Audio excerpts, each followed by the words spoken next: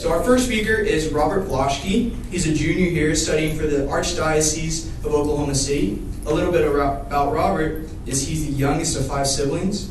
He's an avid disc golfer. He's the student sacristan here, and an all-around holy man. A fun fact about him is he fixed the organ in the oratory once. Please bless me, or help me, please help me welcome my DV. Oh yes, please, Father, bless me, but please help me welcome my DV and classmate, Robert Blaschke.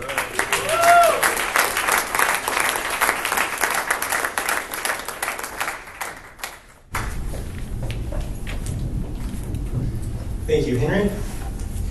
My talk is titled A Day in the Life of a Seminarian. So hopefully when you come out of this, you'll have a good idea of what a day in the life of a seminarian looks like. If you don't, well, you can blame me. Psalm 133 starts out, "How good and how pleasant it is when brothers live in unity." Here at Conception, we really take that to heart. We are like brothers living in unity here. We're really a big family of all guys, and that's how we live. It's a great big family of guys, 25 brothers. It's kind of crazy sometimes, but most of the time it's pretty fun. I hope that by taking you through a day in our lives, I can give you a glimpse of just how beautiful a life as a seminarian is, living with other seminarians and living in formation. The Venerable Father Patrick Peyton had a catchy saying, you've probably all heard this at some point: "A family that prays together stays together." Well, here at Seminary, we take that to heart. We start out every single day, Monday through Friday, upstairs in the oratory where you pray evening prayer. We start out with the Office of Readings, which is the first hour of the Liturgy of the Hours. We start that out at 6:45. Yes, that's in the morning. So you have to get up early. Well, some people manage to get up at 6:30, and I don't know how they make it in time and still look okay, dressed and combed hair and maybe a little sweaty from running to the oratory from St. Joseph's all the way back over above the refectory, but they managed to make it. I myself prefer to have a slower, more calm morning, so I get up at 5 a.m. There are people who get up much earlier than me. I think some people get up at like 3:30. It's a little bit early, but if you're a morning guy, you can do that. But anyways, we start out every morning with Office of Readings, and I'd just like to add a fun fact here. Conception Seminary is one of the only seminaries in the nation that prays Office of Readings communally. Most seminaries will pray morning prayer and evening prayer and sometimes night prayer in community, but almost none, with the exception of Conception and a couple others in the nation, will pray Office of Readings communally as a whole seminary. So, and we're also known for creating very forming very community-oriented seminarians. So I guess Venerable Father Patrick Peyton was right. You pray together, you stay together. So following Office of Readings, we have our morning meditation. This is one of my favorite parts of the day. It's 45 minutes long. It's just, we sit quietly in the oratory, and it's just a time of personal prayer. For me, I like to process what happened. Sometimes, if I had a bad day the day before, I'll process what happened the day before in the morning. Sometimes, just prepare for the day. Maybe you've got a test coming, and you really just need to spiritually prepare for the test, remove anxiety. Or just sit quietly in the peace of the Lord. Following the morning meditation, we have morning prayer, and then breakfast, and then classes.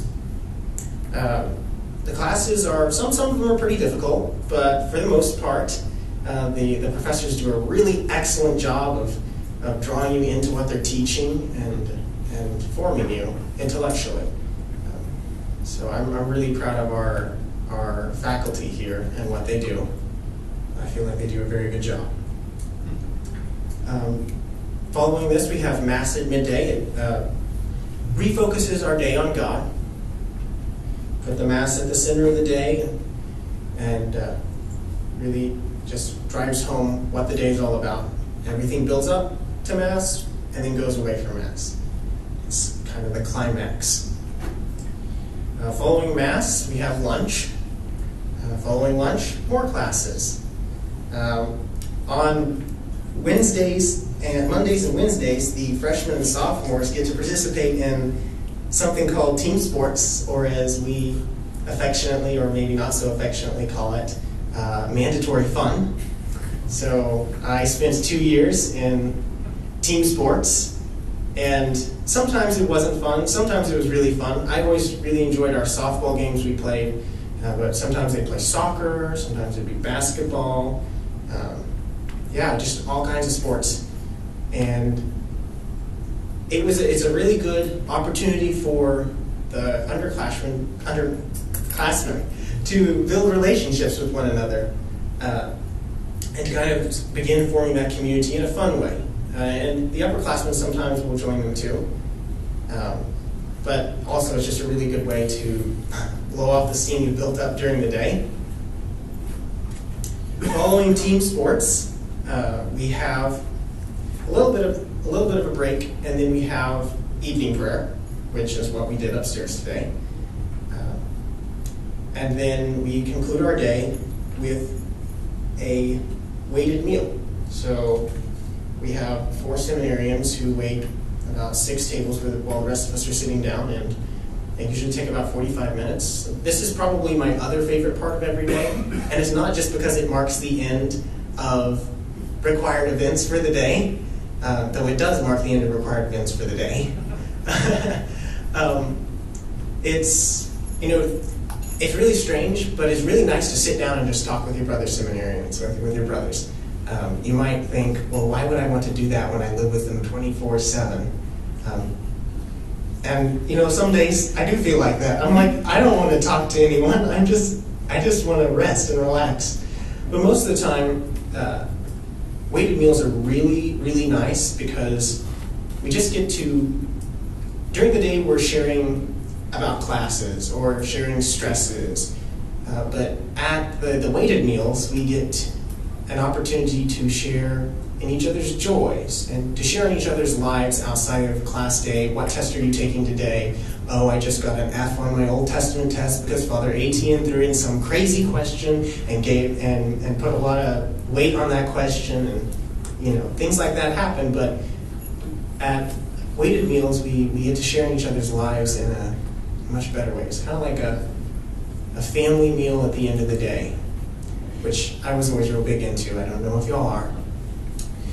So after that is the end of the requirements for the day generally, as I said. And so, some people go to bed immediately after dinner, which is like 7 o'clock. Those are the same people who get up at 3:30 in the morning. But the evening you can do whatever you want with for about 3 hours. Just relax, spend time with your brothers. Most of the time I will be sitting in the lounge for the floor that I live on, and just whoever comes in, I'll just visit with them as long as they stay, and then they'll leave and somebody new will come in. So that's generally what I do with the rest of my day. I'll have a book with me here and there to study with, but just relaxing. Now, besides just the normal daily schedule that might get a little monotonous every day for 9 months, we have other activities that we do on a weekly basis.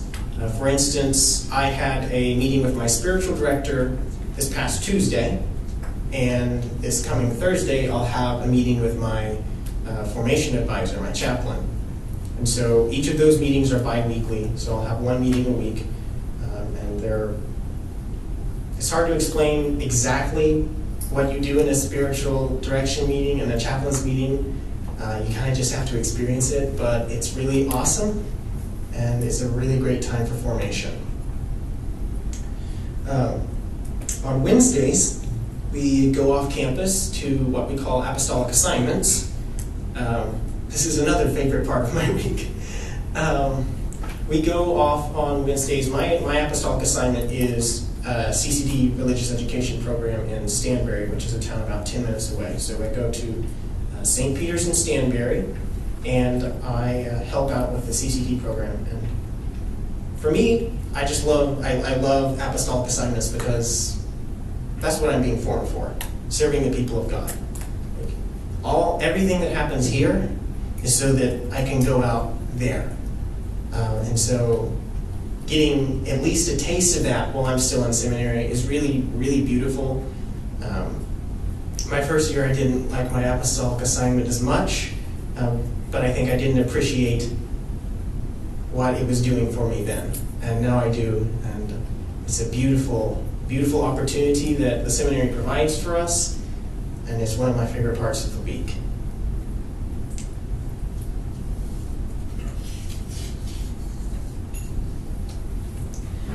Slightly less exciting than our apostolic assignments is what we call Ora et Labora. If you are a Latin fan, you know that means prayer and work. And while Ora, it comes first, and Labora comes second, which is prayer comes first and work comes second, we put a lot of emphasis on the Labora part and not so much emphasis on the Ora part for our Ora et Labora. So Ora et Labora for me is cleaning the library. I'm assuming when you all went on tours earlier today, you all got to pass through the library. If not, scold the person who gave you a tour. And after you scold them, hopefully they'll take you to the library, because it's pretty amazing. But it's difficult to clean. So for Ora et Labora, we meet, my team meets, there's 4 of us, and we pray. We meet on Thursdays once a week. On Thursday afternoons, we meet, we pray, we clean the library, and then we pray again, and we go about our day. And, I won't say it's fun because, it's cleaning the library. How fun can that be? but it's a really, it's one of those experiences that it's fun because you get to serve. It's like Christ when he was on the cross. He wasn't having fun, but, he was happy. He was doing what he was supposed to be doing, so he was happy. It's kind of one of those experiences.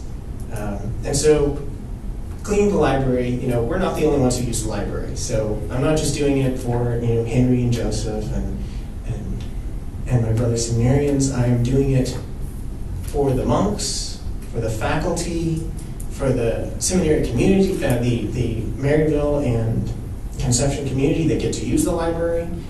So in a way, it's ministering to the community. But that's Ora et Labora. Following Ora et Labora,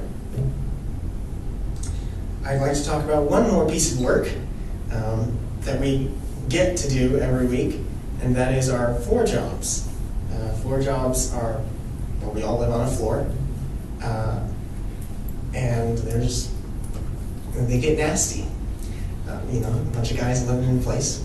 It gets nasty. And we don't have janitors who come up there and take care of it, so we take care of it. So every week we get an assignment, like I had to clean the toilets this week. This week is toilets. The week before that, I was mopping the floors. The week before that, I think I was sweeping the staircase. So that gives you an idea of what they are. But again, I'm not just doing it for me. I'm doing it for my brother seminarians. It's a work of charity that, yes, it's a required work of charity, but it's still a work of charity that I can take joy in.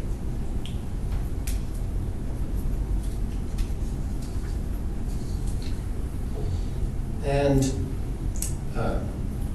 also, if you don't clean the floors, you'll have, instead of brothers living in unity, you'll have mice living in unity. And It's no good. It's no good. Henry might be able to tell you a story later of the mouse that got into his food drawer last year, and he had to throw out all his food because they chewed through closed packages of chips, you name it. But he got a bear canister, so he said if a rat can get into this, then they can just have all my food. So, but that's our schedule, and if it didn't sound busy, then I did a bad job of telling it to you because it's busy. Sometimes you're pushed to the limits. Most of the time, you're pushed well beyond your limits. But that's just part of formation. It's also what makes us a community, what makes us brothers. We do everything together. We pray together, we work together, we rejoice together, we cry together. When someone falls down, which inevitably all of us will, we're there to pick him back up. That's the beauty of living in community. That's the beauty of a day in the life of a seminary.